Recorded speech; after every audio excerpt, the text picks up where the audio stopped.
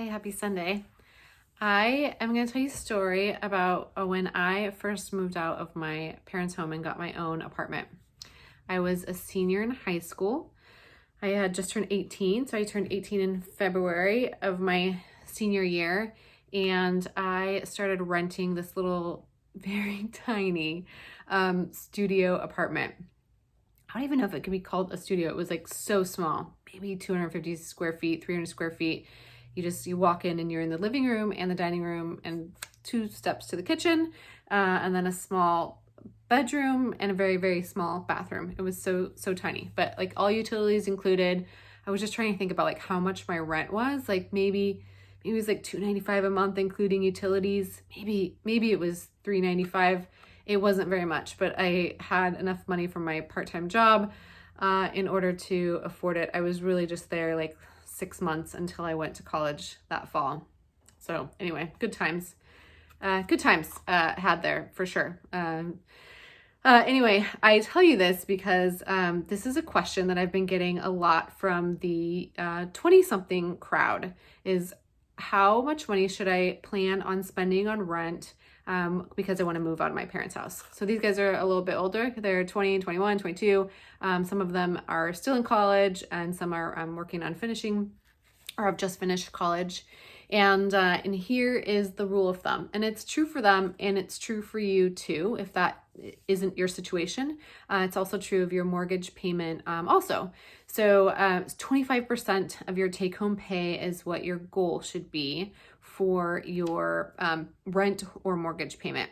So let's just do some simple math around that because simple math is really what we have to do when we don't have a chalkboard in front of us.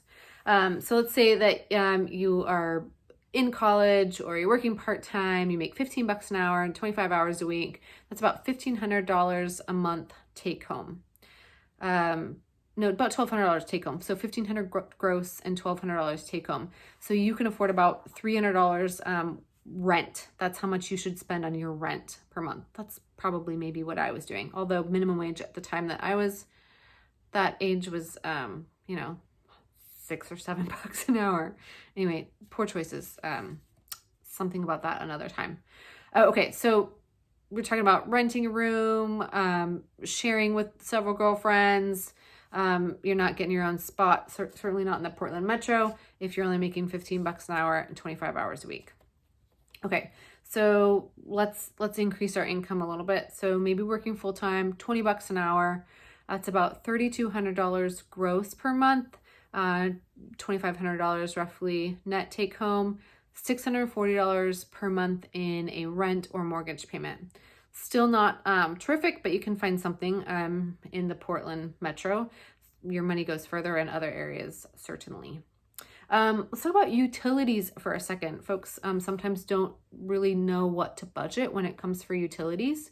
So if we're talking about your rent plus your utilities, it should be about 1/3 of your take-home pay. So 1/3. So whatever you're making, divide it into thirds. That's how much you should spend on your gas, electric, trash. What else? That's kind of it, right? Gas, electric, trash. Yeah. Plus your rent. Okay, let's increase our income a little bit and see where we're at. Let's say that you make $5,000 take home each month. Your goal for your rent or mortgage payment should be $1,250 a month. Double that again. Say that you bring home $10,000 per month. Your mortgage payment should be about $2,500 a month or less. You can always do less. And that includes, when we're talking about mortgages, your principal, your taxes, property taxes, and your homeowner's insurance. Some folks also have what's called PMI or private mortgage insurance also built into their payment. So if you are unable to put 20% down when you buy your home, you automatically are gifted this PMI or private mortgage insurance. It's very expensive and adds several $100s often to your overall mortgage payment. So all of those things included should be within your 25%. So let's say you do this math for yourself. Go ahead, push pause and do the math for yourself. This is what your take home is and divide it by 4. That's how much your goal should be. Let's say that you do the math and your rent or mortgage payment is higher than that 25% goal. Here's a couple of ways that you might be able to lower that payment. One is if you have private mortgage insurance, try to get rid of it. So if the market has gone up in the area that you're in, see if you can work with your lender and do an appraisal and see if you can appraise 20% higher than what you owe, right, or the value, what you owe, right, versus the value, then you might be able to eliminate that PMI, which is terrific. PMI is just insurance for the mortgage company in case you default on the loan. It has no value to you whatsoever. So see if you can get rid of your PMI. You can always move. I mean, that's not always a very attractive thing to do. But if your payment is significantly higher, or some folks are around like 50%, man, it makes you house poor, right? You have less money to spend on reducing your debt or padding your savings or putting into retirement. You just have less options for that. So again, 25% is your goal. You can always look to do a traditional refi. If your interest rate currently is relatively high, or you compare it to what the market is right now, if you can get it a couple of points lower, it may be worth it to refinance your current mortgage.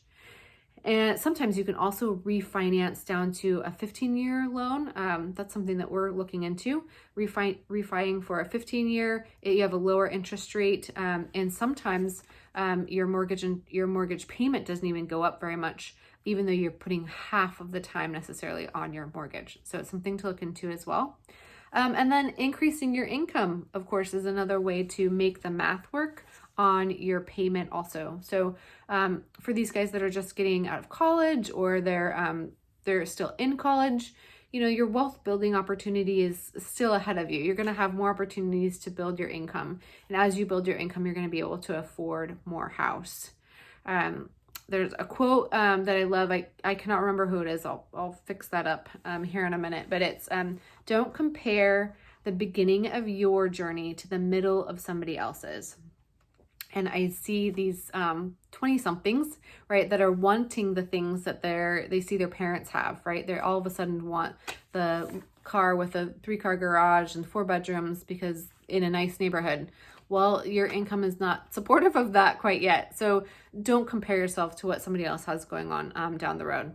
Just enjoy being at the beginning of that stage of your life. And whether or not that's the beginning of your financial journey or your career journey or any other journey that you have going on, right? Just don't compare yourself. Just live where you're at. I'll figure out who the quote's by. Now I feel kind of silly about it. Anyway, I hope that you're having a great Sunday.